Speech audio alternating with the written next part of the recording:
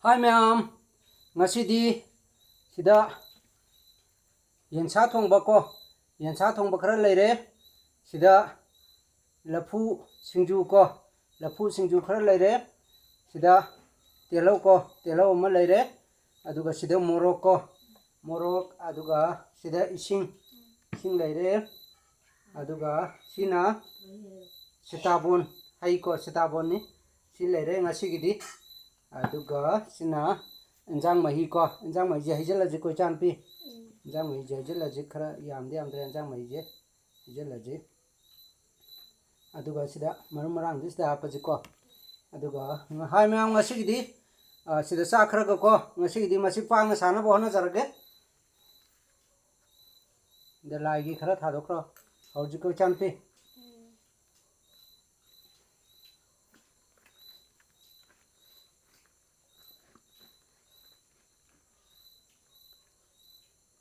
morok tek pa mani ko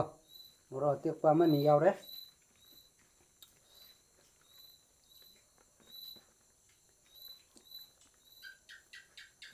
haudo male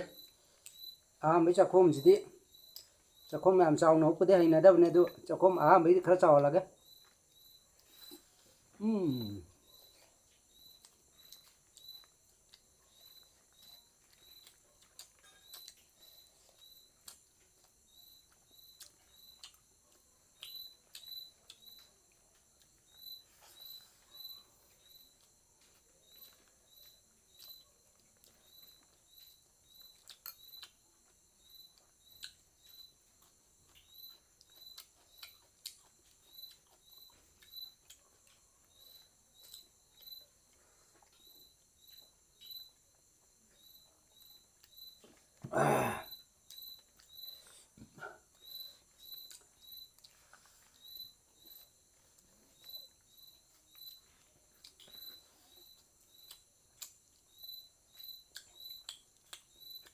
lafu singju ji phajna hawe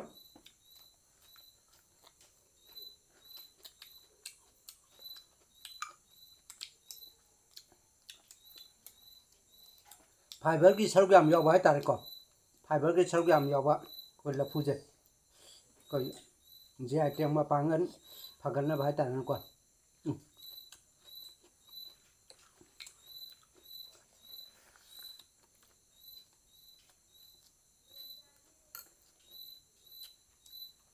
मा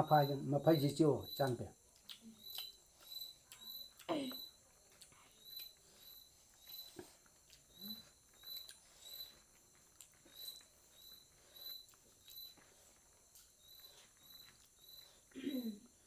hai ma'am har chik khai ne chan pia tom video di chana pa cha thok ram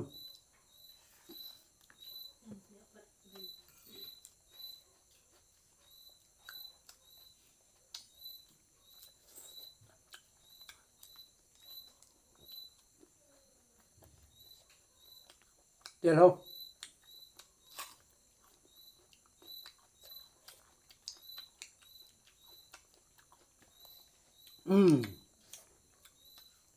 ma phải giết mua nó ra kìa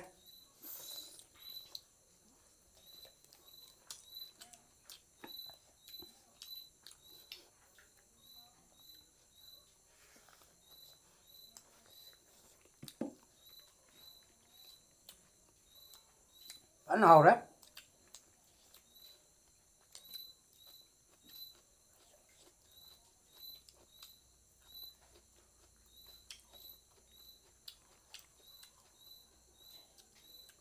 là phu ji jo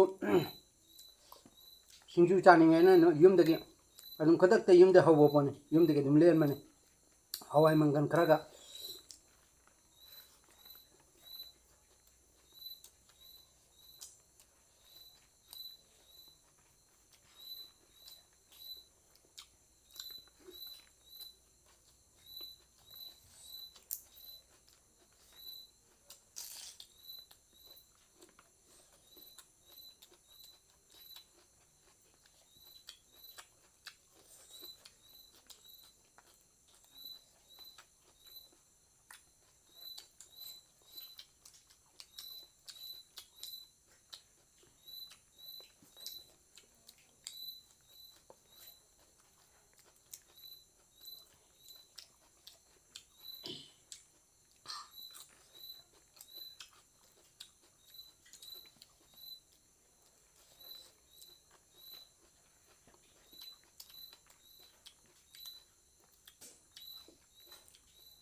hào đấy.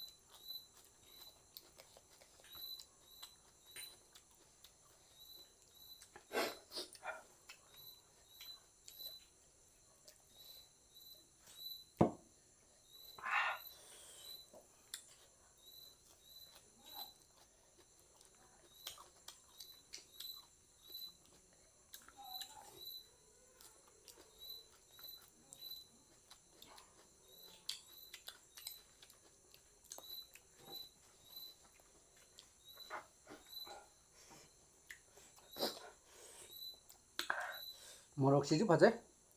hào đấy. Cái ngà cân thầm mà cái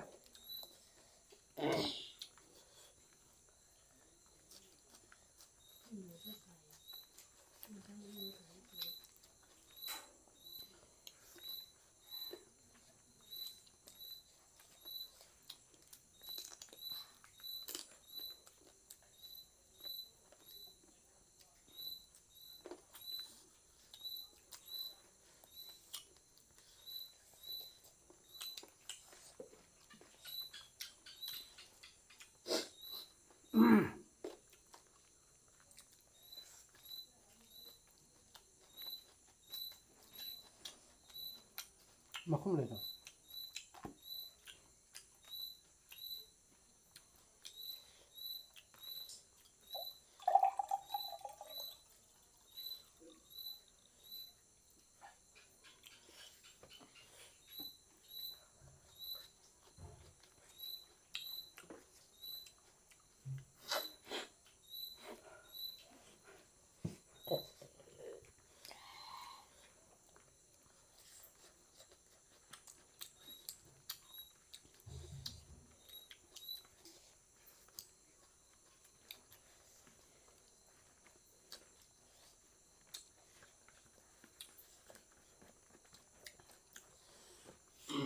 Hào đó.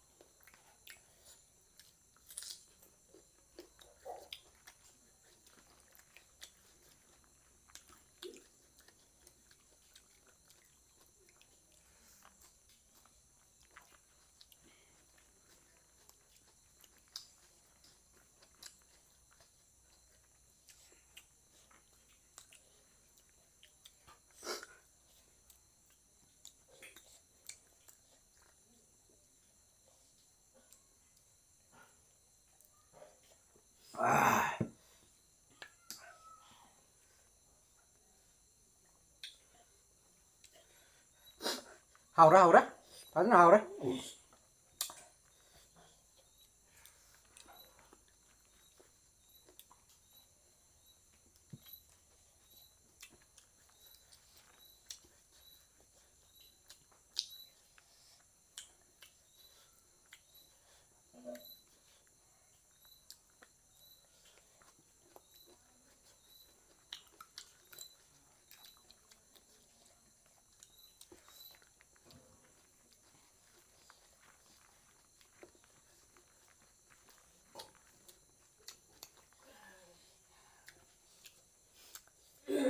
viên massage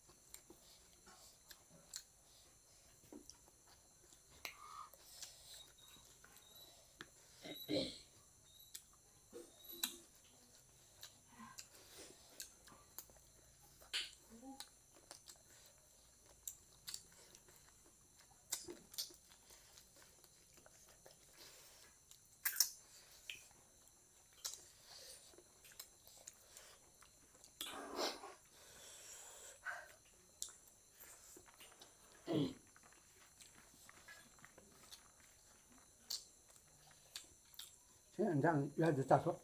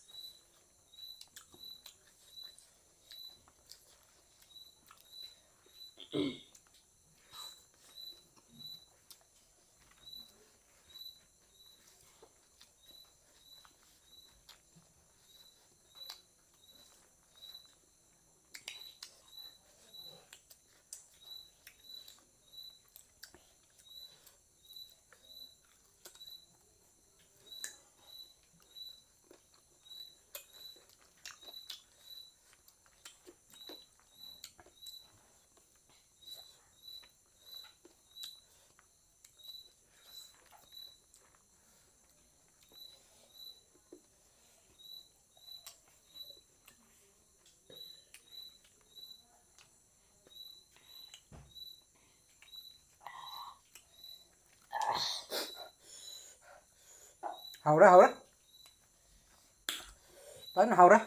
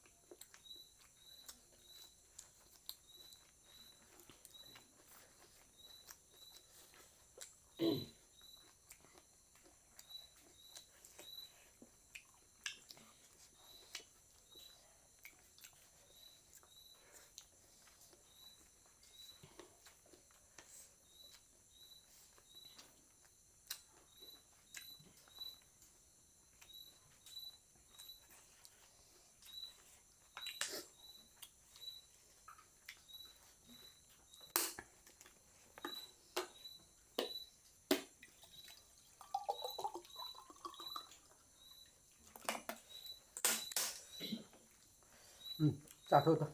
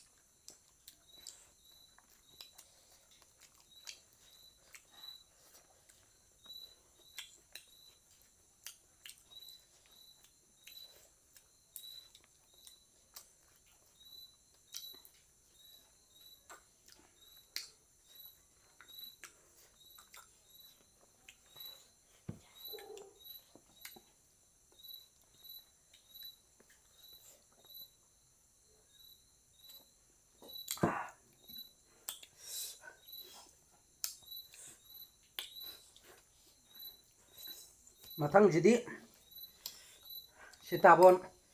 ꯁꯤꯇꯥꯕꯣꯟꯁꯦ ꯑꯣꯏꯅ ꯑꯃꯨꯛ ꯍꯣꯠꯅꯔꯒꯦ ꯏꯆꯥꯅꯨꯄꯤ ꯅꯪ ꯆꯥꯒꯗ꯭ꯔꯥ ꯆꯥꯔꯣꯏ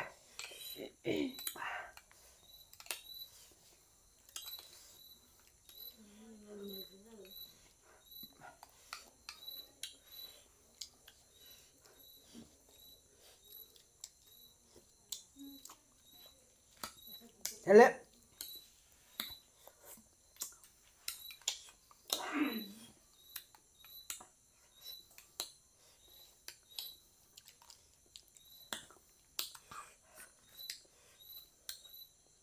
ꯆꯤꯅꯤ ꯍꯥꯞꯇꯕ ꯑꯗꯨꯅ ꯌꯥꯝ ꯁꯤꯜꯂꯦ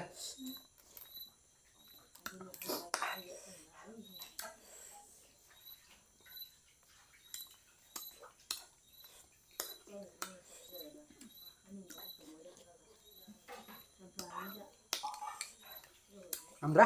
ꯁꯤꯜꯂꯦ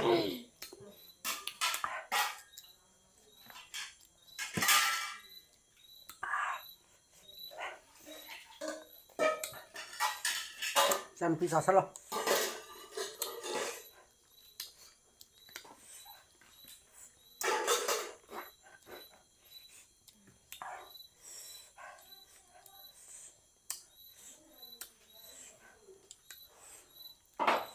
ꯆꯥꯁꯜ ꯐꯖꯅ ꯅꯥꯟꯅ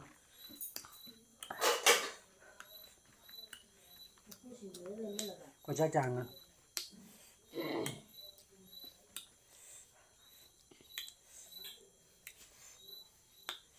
ꯍꯥꯎꯀꯣ ꯏꯆꯥꯅꯨꯄꯤ ꯐꯖꯅ ꯏꯅꯥꯎꯗꯣ ꯌꯥꯎꯔꯗꯤ ꯃꯥ ꯐꯖꯅ ꯂꯧꯈꯠꯀꯗꯕꯅꯤ ꯏꯅꯥꯎꯗꯣ ꯕꯥꯆꯧ ꯃꯅꯥꯛ ꯆꯠꯈ꯭ꯔꯕꯅꯤ ꯌꯥꯎꯗ꯭ꯔꯦꯅꯀꯣ ꯃꯥ ꯌꯥꯎꯔꯗꯤ ꯐꯖꯅ ꯂꯧꯈꯠꯀꯗꯕꯅꯦꯕ ꯃꯈꯣꯡꯒꯁꯦ ꯃꯥ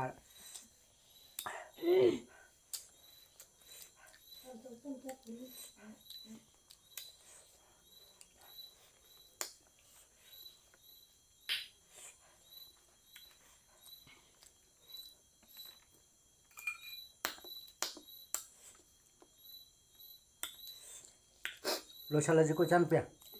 ꯍꯥꯏ ꯃꯌꯥꯝ ꯉꯁꯤꯒꯤꯗꯤ ꯃꯇꯥꯡꯁꯤꯗ ꯂꯣꯏꯁꯤꯟꯖꯔꯒꯦ ꯃꯊꯪꯒꯤ ꯅꯨꯡꯉꯥꯏꯔꯕ ꯚꯤꯗꯤꯑꯣ ꯑꯃ ꯑꯃꯨꯛ ꯄꯨꯔ ꯂꯥꯛꯆꯒꯦ